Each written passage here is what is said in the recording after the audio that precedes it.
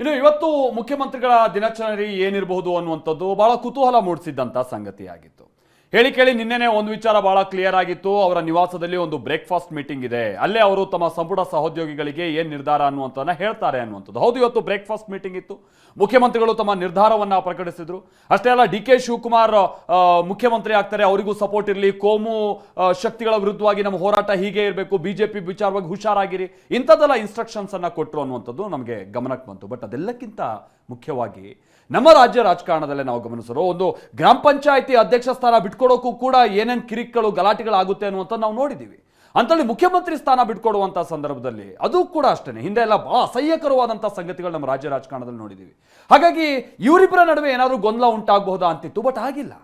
In fact ಹೇಳಬೇಕು ಅಂತ ಅಂದರೆ ಇವತ್ತು ಡಿ ಕೆ ಶಿವಕುಮಾರ್ ಆಗಿರ್ಬೋದು, ಸಿದ್ದರಾಮಯ್ಯನವರಾಗಿರ್ಬೋದು, ಇವರಿಬ್ಬರ ನಡವಳಿಕೆ, ಆ ಹಾವಾಭಾವ, ಅವ್ರು ತೆಗೆದುಕೊಂಡಂಥ ನಿರ್ಧಾರಗಳು, ಅದೆಲ್ಲವೂ ಕೂಡ ಒಂದು ರೀತಿ ರಾಜ್ಯ ರಾಜಕಾರಣದ ಮಟ್ಟಿಗೆ ಒಂದು ಮೇಲ್ಪಂಕ್ತಿ ಕೊಟ್ಟಂಥ ರೀತಿಯಾಗಿತ್ತು, ಒಂದು ಮಾದರಿ ನಡವಳಿಕೆಗಳು. ಇವತ್ತು ಕೊನೆ ದಿನ ಏನೇನು ಆಯಿತು, ಬ್ರೇಕ್ಫಾಸ್ಟ್ ಮೀಟಿಂಗ್ ಇಂದ ಹಿಡಿದು ಮುಖ್ಯಮಂತ್ರಿಗಳ ಸುದ್ದಿಗೋಷ್ಠಿ ತನಕನೂ ಕೂಡ ಬನ್ನಿ ರಿಪೋರ್ಟಲ್ಲಿ ನೋಡ್ಕೊಂಬರೋಣ.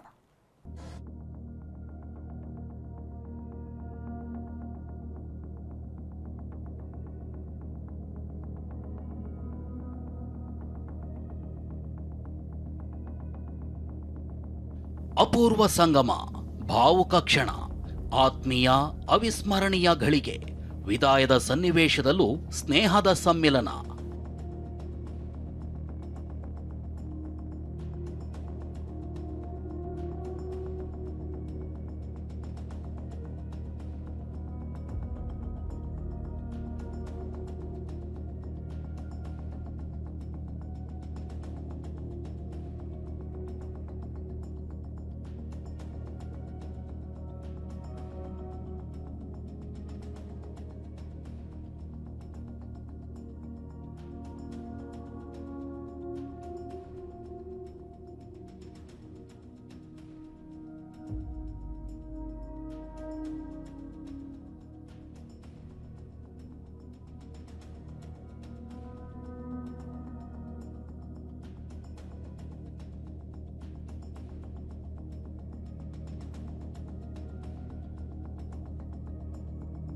ಅಧಿಕಾರ ಕುರ್ಚಿಗಾಗಿ ಎಷ್ಟೇ ಪೈಪೋಟಿ ಹಗ್ಗಜಗ್ಗಾಟ ಇದ್ರೂ ಇದೊಂದು ದೃಶ್ಯ ಮನಮಿಡಿಯುವ ಭಾವುಕತೆಗೆ ಸಾಕ್ಷಿಭೂತವಾಗಿದೆ. ಸಿಎಂ ಸಿದ್ದರಾಮಯ್ಯ ಕಾಲಿಗೆ ಡಿಕೆ ನಮಸ್ಕರಿಸೋದು, ಉಭಯ ನಾಯಕರು ಪರಸ್ಪರ ಅಪ್ಪಿಕೊಳ್ಳೋದು ಅಪೂರ್ವ ಸಂಗಮದ ಚಿತ್ರಣ ಸೃಷ್ಟಿಸಿದೆ.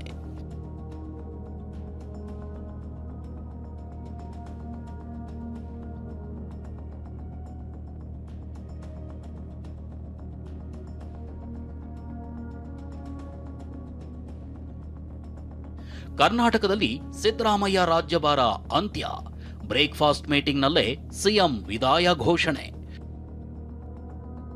ರಾಜೀನಾಮೆ ನೀಡೋದಾಗಿ ಹೇಳಿ ಭಾವುಕರಾದ ಸಿಎಂ. ನಾನು ಮುಖ್ಯಮಂತ್ರಿ ಸ್ಥಾನಕ್ಕೆ ರಾಜೀನಾಮೆಯನ್ನು ಸಲ್ಲಿಸಿದ್ದೇನೆ. ಕಾಂಗ್ರೆಸ್ ಹೈಕಮಾಂಡ್ 2 ದಿನದಲ್ಲಿ ಅಧಿಕಾರ ಹಸ್ತಾಂತರಿಸುವಂತೆ ಸೂಚನೆ ಕೊಟ್ಟಿತ್ತು. ಆದರೆ ಸಿಎಂ ಸಿದ್ದರಾಮಯ್ಯ ಕಳೆದ 2 ದಿನಗಳಿಂದ ಯಾವುದೇ ಗುಟ್ಟು ಬಿಟ್ಟುಕೊಟ್ಟಿರಲಿಲ್ಲ. ನೆನ್ನೆ ಮಾಧ್ಯಮಗಳ ಜೊತೆ ಮಾತನಾಡಿದ್ದ ಸಿದ್ದರಾಮಯ್ಯ ಇಂದು ಎಲ್ಲಾ ಮಾತನಾಡ್ತೀನಿ ಅಂದಿದ್ರು. ಅಲ್ಲದೆ ಇಂದು ಬೆಳಗ್ಗೆ ತಮ್ಮ ಕಾವೇರಿ ನಿವಾಸದಲ್ಲಿ ತಮ್ಮ ಸಹೋದ್ಯೋಗಿಗಳಿಗೆ ಉಪಹಾರ ಕೂಟ ಏರ್ಪಡಿಸಿದ್ರು. ಬ್ರೇಕ್ಫಾಸ್ಟ್ ಮೀಟಿಂಗ್ ಸಿದ್ದರಾಮಯ್ಯ ವಿದಾಯದ ಮೀಟಿಂಗ್ ಆಗಿರಲಿದೆ ಅಂತ ಹೇಳಲಾಗಿತ್ತು. ಆ ಮಾತೀಗ ನಿಜವಾಗಿದೆ. ನಾನು ಮುಖ್ಯಮಂತ್ರಿ ಸ್ಥಾನಕ್ಕೆ ರಾಜೀನಾಮೆಯನ್ನು ಸಲ್ಲಿಸಿದ್ದೇನೆ. ರಾಜೀನಾಮೆ ಘೋಷಣೆಗೂ ಮುನ್ನ ಡಿಕೆ ಜೊತೆ ಪ್ರತ್ಯೇಕ ಚರ್ಚೆ. ಸಿದ್ದರಾಮಯ್ಯ ಕಾಲಿಗೆ ಬಿದ್ದು ಆಶೀರ್ವಾದ ಪಡೆದ ಡಿಕೆಶಿ. ಇಡ್ಲಿ ವಡೆ ಖಾರಾಬಾತ್ ತಿನ್ನಿಸಿ ವಿದಾಯ ಘೋಷಿಸಿದ ಸಿಎಂ. ಸಿಎಂ ಆಹ್ವಾನದ ಹಿನ್ನೆಲೆ ಡಿಸಿಎಂ ಡಿಕೆ ಶಿವಕುಮಾರ್ ಆದಿಯಾಗಿ ಸಿದ್ದರಾಮಯ್ಯ ಸಂಪುಟದ ಬಹುತೇಕ ಎಲ್ಲಾ ಸಚಿವರು ಬ್ರೇಕ್ಫಾಸ್ಟ್ ಮೀಟಿಂಗ್ನಲ್ಲಿ ಭಾಗಿಯಾಗಿದ್ರು.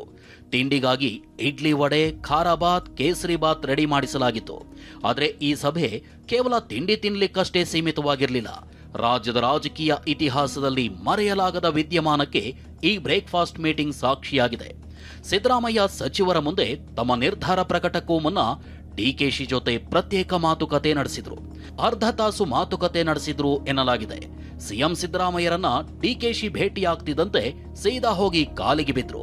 ಈ ವೇಳೆ ಕಂಗ್ರಾಚ್ಯುಲೇಷನ್ಸ್ ಅಂತ ಸಿಎಂ ಸಿದ್ದರಾಮಯ್ಯ ನಗನಗ್ತಲೇ ಶುಭ ಕೋರಿದ್ರು. ನಂತರ ಇಬ್ಬರೂ ನಾಯಕರು ಪರಸ್ಪರ ಅಪ್ಪಿಕೊಳ್ಳುವ ಮೂಲಕ ಗಮನ ಸೆಳೆದ್ರು. ನಾವಿಬ್ರು ಎಂದಿಗೂ ಜೋಡೆತ್ತುಗಳಿದ್ದಂತೆ, ಅಧಿಕಾರ ಹೋಗುತ್ತೆ ಬರುತ್ತೆ, ಆದ್ರೆ ನಮ್ಮ ಸ್ನೇಹ ಶಾಶ್ವತ ಅನ್ನೋ ರೀತಿ ಒಗ್ಗಟ್ಟಿನ ಸಂದೇಶ ಸಾರಿದ್ರು. ಇಂಟ್ರೆಸ್ಟಿಂಗ್ ಅಂದ್ರೆ ಸಿಎಂ ಸಿದ್ದರಾಮಯ್ಯರನ್ನ ಬಿಗಿದಪ್ಪಿಕೊಂಡ ಡಿಸಿಎಂ ಡಿಕೆಶಿ ಕೂಡ ಕ್ಷಣಕಾಲ ಭಾವುಕರಾದಂತೆ ಕಂಡುಬಂದ್ರು. ಇದಾದ ಬಳಿಕ ಸಿದ್ದರಾಮಯ್ಯ ಡಿಕೆಶಿ ಅಕ್ಕಪಕ್ಕದಲ್ಲೇ ಕುಳಿತು ತಿಂಡಿ ಸೇವಿಸಿದ್ರು.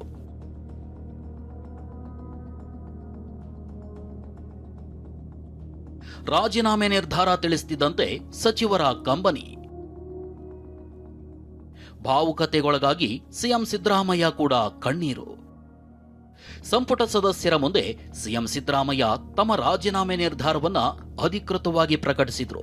ಈ ವೇಳೆ ಹಲವು ವಿಚಾರಗಳನ್ನ ಸಿಎಂ ಸಚಿವರ ಮುಂದೆ ಪ್ರಸ್ತಾಪಿಸಿದ್ರು. ನಾನು ಮುಖ್ಯಮಂತ್ರಿ ಸ್ಥಾನಕ್ಕೆ ರಾಜೀನಾಮೆ ಸಲ್ಲಿಸ್ತೀನಿ ಅಂತ ನಿರ್ಧಾರ ಪ್ರಕಟಿಸಿದ ಸಿಎಂ ಸಿದ್ದರಾಮಯ್ಯ, ಡಿಕೆ ಶಿವಕುಮಾರ್ ಮುಂದಿನ ಮುಖ್ಯಮಂತ್ರಿಯಾಗಲಿದ್ದಾರೆ, ಇದನ್ನ ಹೈಕಮಾಂಡ್ ಹೇಳಿರೋದಾಗಿ ತಿಳಿಸಿದ್ರು. ಇನ್ನು 2028ರವರೆಗೂ ಡಿಕೆ ಶಿವಕುಮಾರ್ ಸಿಎಂ ಆಗಿರ್ತಾರೆ ಅಂತ ಹೇಳಿದ್ರು. ಸಿದ್ದರಾಮಯ್ಯರ ಮಾತಿಗೆ ಎಲ್ಲಾ ಸಚಿವರು ಸಮ್ಮತಿ ಸೂಚಿಸಿದ್ರು.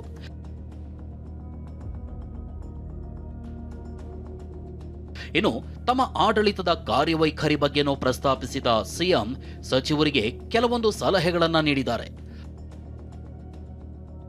ಗ್ಯಾರಂಟಿ ಯೋಜನೆ ಅನುಷ್ಠಾನಕ್ಕಾದ ಅಡೆತಡೆ ಬಗ್ಗೆ ಮಾಹಿತಿ ಹಂಚಿಕೊಂಡ ಸಿದ್ದರಾಮಯ್ಯ, ಸಾಲ ಮಾಡಿದ್ರೂ ಅದರ ಕಷ್ಟ ನನಗೊಬ್ಬನಿಗೆ ಗೊತ್ತು. ಕಷ್ಟದ ನಡುವೆನೂ ಉತ್ತಮ ಆಡಳಿತ ನೀಡಿದ್ದೀನಿ. ನಾನು ಕೆಲಸ ಮಾಡಿರೋದು ಸಮಾಧಾನ ಇದೆ. ಎಲ್ಲಾ ಯೋಜನೆಗಳನ್ನ ನಾನು ಜನರಿಗೆ ನೀಡಿದ್ದೀನಿ.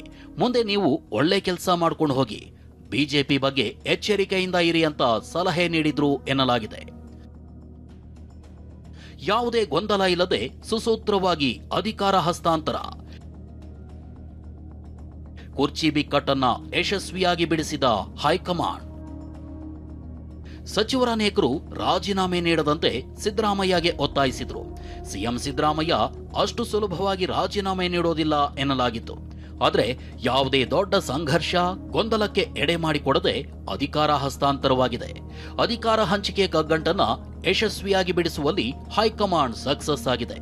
ಯಾಕಂದ್ರೆ ಈ ಹಿಂದೆ ಪಂಜಾಬ್ನಲ್ಲಿ ಕ್ಯಾಪ್ಟನ್ ಅಮರಿಂದರ್ ಸಿಂಗ್ ವರ್ಸಸ್ ಸಿಧು ನಡುವಿನ ಜಟಾಪಟಿ, ಮಧ್ಯಪ್ರದೇಶದಲ್ಲಿ ಕಮಲ್ನಾಥ್ ವರ್ಸಸ್ ಜ್ಯೋತಿರಾದಿತ್ಯ ಸಿಂಧ್ಯಾ ಭಿನ್ನಮತ, ರಾಜಸ್ಥಾನದಲ್ಲಿ ಅಶೋಕ್ ಗೆಹ್ಲಟ್ ವರ್ಸಸ್ ಸಚಿನ್ ಪೈಲಟ್ ಸಂಘರ್ಷದಿಂದ, ಅಸ್ಸಾಂನಲ್ಲಿ ತರುಣ್ ಗೊಗೊಯ್ ವರ್ಸಸ್ ಹಿಮಂತ್ ಬಿಸ್ವಾ ಶರ್ಮಾ ಬಂಡಾಯ, ಛತ್ತೀಸ್ಗಢದ ಭೂಪೇಶ್ ಬಘೇಲ್ ವರ್ಸಸ್ ಟಿಎಸ್ ಸಿಂಗ್ ದೇವ್ ನಡುವಿನ ಬಿಕ್ಕಟ್ಟಿನಿಂದಾಗಿ ಕಾಂಗ್ರೆಸ್ ಅಧಿಕಾರ ಕಳೆದುಕೊಂಡಿತು.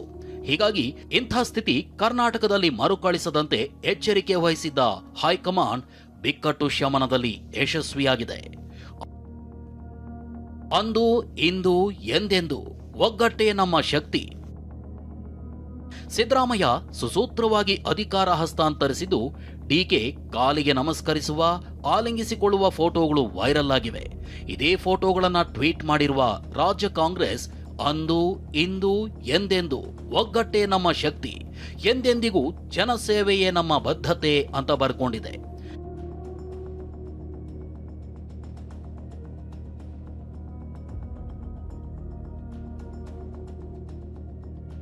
Bureau report, TV9.